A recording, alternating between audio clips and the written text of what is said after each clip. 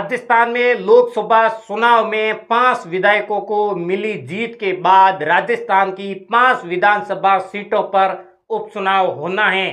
इसमें एक seat RLP supremo Hanuman Beniwal की खींवसर भी हैं। बेनीवाल वहां से विधायक थे, लेकिन अब उनके नागौर से सांसद बनने के कारण खींवसर में उपचुनाव होगा। उपचुनाव को लेकर निर्वाचन आयोग ने अभी तक कोई घोषणा तो नहीं की है, और लेकिन राजनीतिक दलों ने अपनी अपनी तैयारियों में जुट गई हैं। बात करें तो बीजेपी, कांग्रेस, आरएलपी, भारत आदिवासी पार्टी और बीएसपी सभी अपनी अपनी तैयारियों में जुट गई है। और बात करें खींवसर विधानसभा सीट की, तो यहाँ पर भाजपा, कांग्रेस और आरएलपी ने तैयारियां शुरू कर दी हैं। यहाँ पर त्रिकोणीय मुकाबला भी बताया जा रहा है। और बात की जाए तो तीनों दलों ने टिकट के लिए भी 3-3 दावेदार रेस में हैं। प्रदेश की सबसे चर्चित सीट की बात करें तो एक सीट पर इस बार हनुमान बेनीवाल जगह कौन लेगा, और क्या बीजेपी हनुमान बेनीवाल के गढ़ में सेंधमारी कर पाएगी क्या, इसको लेकर बड़ी अलग अलग राजनीति के गलियारों में चर्चा भी हो रही है। बड़ा सवाल बनकर ये भी उभरता रहा है, इस बार क्या इस चुनाव में, उपचुनाव में हनुमान बेनीवाल किसे उम्मीदवार उतारेंगे और किन नाम की चर्चा होगी, इसको लेकर दावेदारी भी बात की जा रही है। तो आरएलपी से 5 लाख सिद्ध के मैच जसनाथ महाराज हनुमान बेनीवाल की काफी नजदीकियां मानी जा रही हैं। और दूसरा नाम हनुमान बेनीवाल की पत्नी है कानिका बेनीवाल, और हनुमान बेनीवाल के भाई नारायण बेनीवाल का भी नाम रेस में है। वहीं भाजपा की ओर से पूर्व सांसद डॉक्टर ज्योति मिर्धा विधानसभा की चुनाव भी लड़े, और लोकसभा में हनुमान बेनीवाल के सामने भी चुनाव लड़े। और दूसरा नाम है रेवतराम डागा, और आरसीए अध्यक्ष तथा शिक्षा मंत्री गजेंद्र सिंह खींवसर के बेटे धनंजय सिंह का नाम भी चर्चा में है। जबकि बात करें कांग्रेस की, तो नाथूराम मिर्धा के पोते मनीष मिर्धा और नागौर विधायक हरेंद्र मिर्धा के बेटे रघुवेंद्र मिर्धा, और बसपा से चुनाव लड़ चुके दुर्ग सिंह खींवसर और कांग्रेस के दावेदारों में सबसे और आगे नाम बताया जा रहे हैं। आरएलपी का दावेदार कौन होगा, इसका फैसला सांसद हनुमान बेनीवाल के ही निर्भर पर बताया जा रहा है।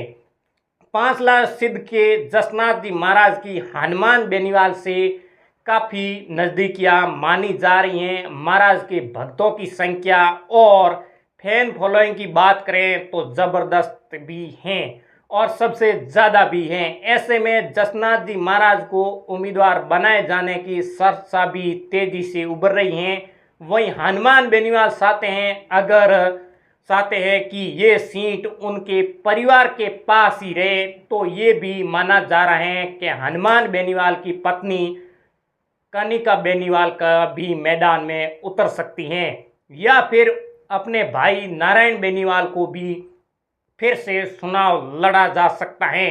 क्योंकि 2019 में जब हनुमान बेनीवाल सांसद चुने गए थे, तब हुए उपचुनाव में उन्होंने नारायण बेनीवाल को भी मैदान में उतारा था और वो चुनाव भी जीत गए थे।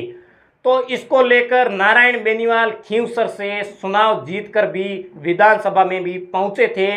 और बात की जाए तो पिछले वर्ष नवंबर में हुए विधानसभा चुनाव में खींवसर से मुकाबला बेहद ही संघर्षपूर्ण रहा और रोचक भी रहा था। खुद आरएलपी सुप्रीमो हनुमान बेनीवाल यहाँ से चुनाव लड़े थे और भाजपा के प्रत्याशी रेवतराम डागा से कड़ी चुनौती मिली थी। इस चुनाव में हनुमान बेनीवाल मात्र 2059 वोटों से अंतर से चुनाव जीतकर भी खींवसर से विधायक भी बने, जबकि कांग्रेस के प्रत्याशी तेजपाल मिर्धा तीसरे स्थान पर रहे थे और खींवसर सीट पर भाजपा हनुमान बेनीवाल का तोड़ अब तक नहीं निकाल पाई है और लगातार 4 बार हनुमान बेनीवाल वहां से चुनाव जीतकर भी दर्ज की हैं। इसलिए इस बार भाजपा भी सहानुभूति को लेकर के सारे चुनाव जीतने की कोशिश भी करेगी और इस रणनीति की तरह तरह की अलग अलग तैयारियों में जुटी हैं। भाजपा पूर्व सांसद डॉक्टर ज्योति मिर्धा को एक बार फिर दांव खेल सकती हैं या फिर विधानसभा चुनाव में भाजपा के प्रत्याशी रहे रेवंत राम डागा को भी फिर से उम्मीदवार बनाया जा सकता है।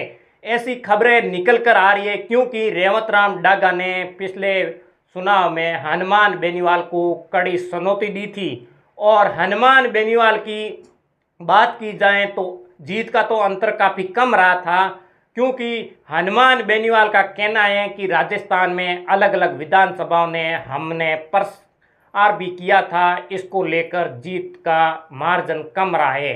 ज्योति मिर्धा रेवंत राम डागा जनता में पिछले चुनाव हार को लेकर एक सहानुभूति की लहर जगाकर उसका लाभ उठा सकते हैं। पिछले विधानसभा चुनाव की बात करें तो खींवसर में आरएलपी और भाजपा और कांग्रेस अलग अलग चुनाव लड़े थे और जिसका मुकाबला त्रिकोणीय और कांटेदार भी रहा था। और लेकिन लोकसभा चुनाव में ठीक पहले आरएलपी और हनुमान बेनीवाल ने कांग्रेस के साथ में गठबंधन कर लिया और नागौर की सीट से हनुमान बेनीवाल जीत भी दर्ज कर ली और नागौर से सांसद बन गए और दिल्ली के संसद में जाकर बैठ गए।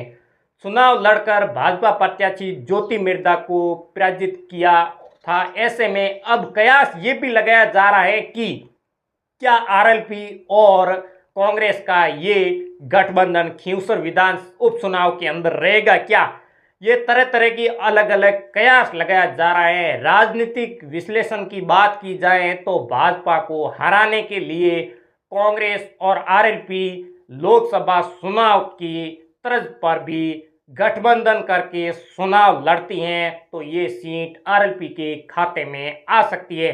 दोनों पार्टियों का फोकस रहेगा कि उनका वोट बैंक नहीं और इसका लाभ नहीं उठा सके। वहीं दूसरी ओर राजनीति विश्लेषण का ये भी कहना है कि माना जा रहा है कि कांग्रेस और आरएलपी का ही गठबंधन हुआ तो इसका नुकसान गठबंधन को भी होगा, ऐसा माना जा रहा है। क्योंकि 2000 जब 24 के अंदर उपचुनाव हुआ था तब हनुमान बेनीवाल का गठबंधन भाजपा के साथ में था और हनुमान बेनीवाल को ज़्यादा मार्जिन से सीट नहीं जीत पाए थे और खींवसर में कांग्रेस कार्यकर्ता गठबंधन को शायद ही स्वीकार। गत चुनाव में कांग्रेस प्रत्याशी रहे तेजपाल मिर्धा ने लोकसभा चुनाव में आरएलपी और कांग्रेस का गठबंधन होने की बगावत भी कर दी थी और भाजपा में शामिल हो गए थे।